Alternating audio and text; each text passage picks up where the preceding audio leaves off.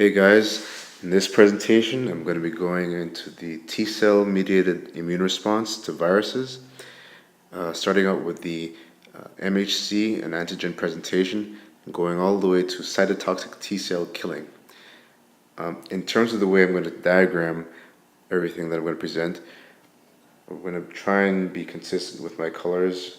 So the T-cell will be blue, and the T-cell, TCR, or T-cell receptor will also be blue, a little bit darker.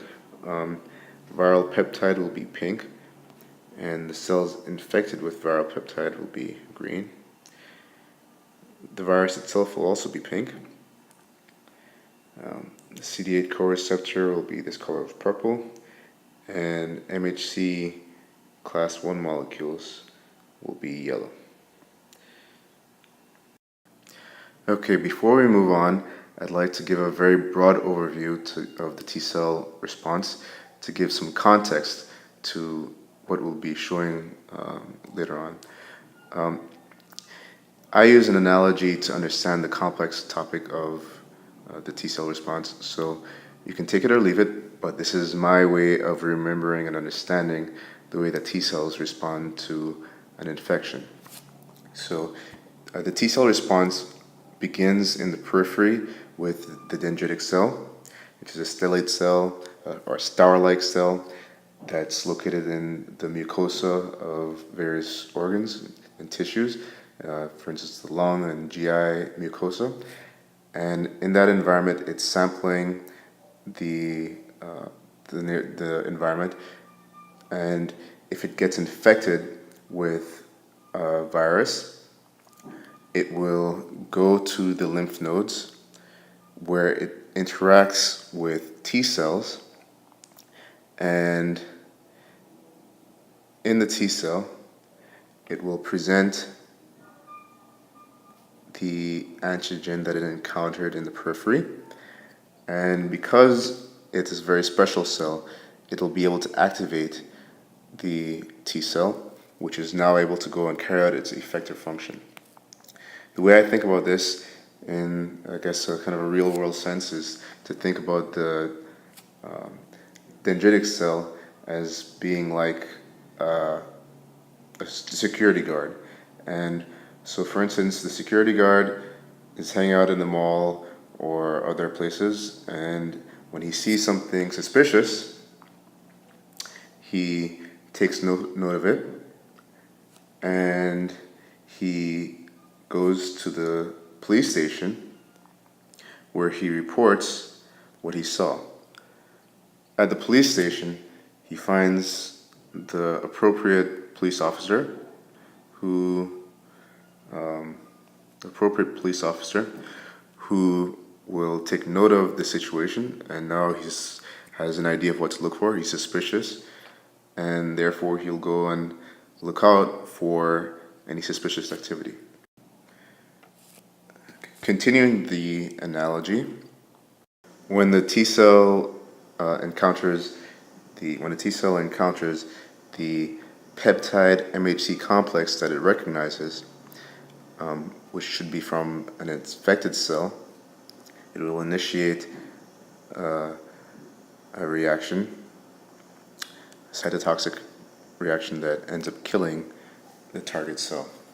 In the same way, continuing with the analogy, the police officer that goes around checking everybody's license and registration, looking for suspicious activity, will find the culprit, and unfortunately, he will take him out. Analogies like this are not perfect and are just a framework to kind of understand what's going on. So let's go on from there.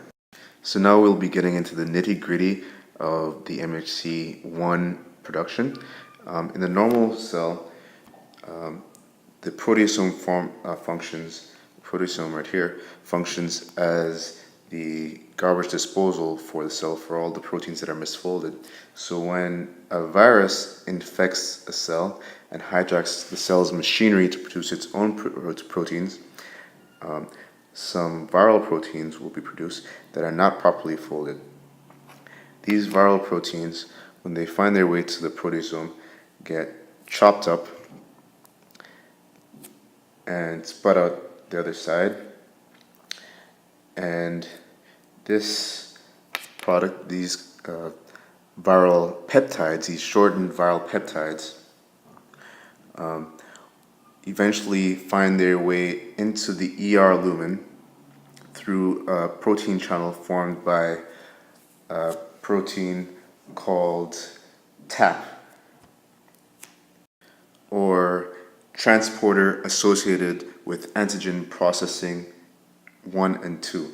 So it's a heterodimeric protein. There are two subunits, 1 and 2. And so this protein channel allows for the viral peptides, shortened viral peptides that have been chopped up by the proteasome to go into the ER lumen. So in the ER lumen, we have the alpha subunit of the MHC. This is just going to be produced normally. And we also have another molecule called calnexin. So we're going to bring these into the ER. And calnexin functions as a chaperone to help make sure that the MHC maintains its shape. So calnexin is bound to the MHC here. When another protein that's actually not coded within the MHC gene, where everything else is coded for MHC 1 and 2, this is the beta 2M or beta 2 microglobulin protein. This protein is also translated and binds to the MHC1. This is the MHC1 alpha subunit. So the beta 2M or beta 2 microglobulin subunit binds to the MHC1 alpha subunit, which stabilizes the MHC1 structure and allows calnexin to release its binding.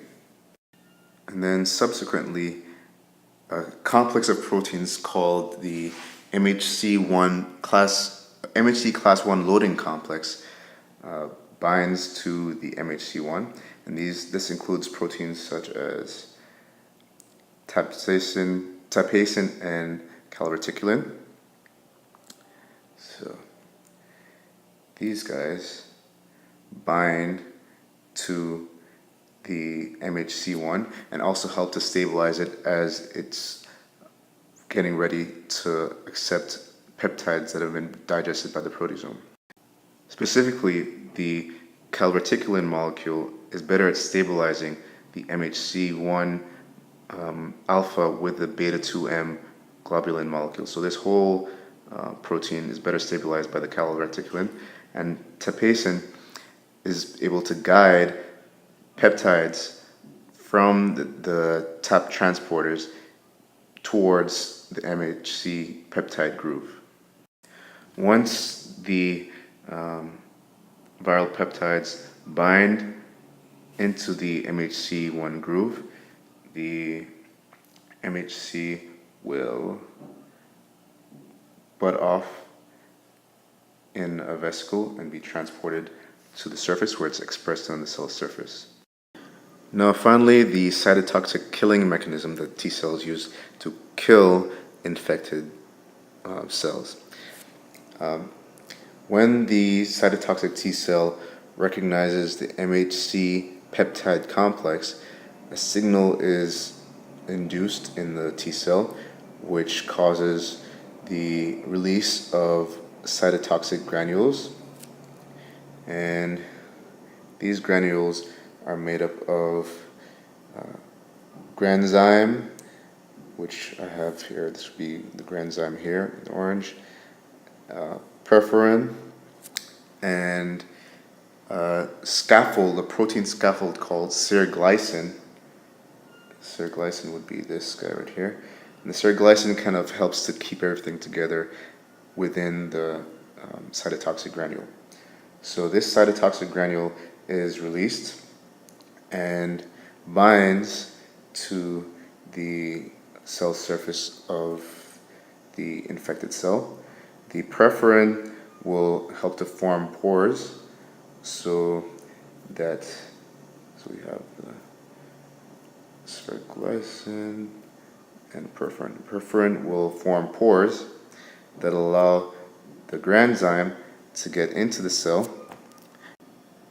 and from here the granzyme interacts with a protein called BH3 interacting domain, or BID. I'm going to draw it as a gray protein here, and this is activated by the granzyme.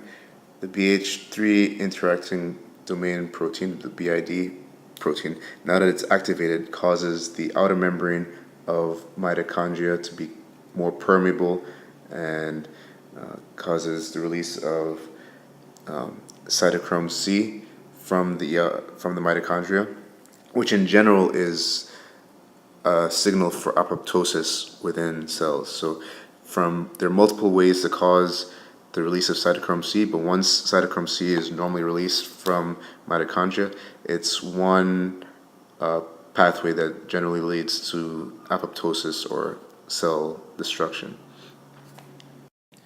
Okay, so that completes our discussion of the immune response, the T-cell immune response to viruses. I hope you picked up a few things, and I hope the analogy is useful. Thank you for watching.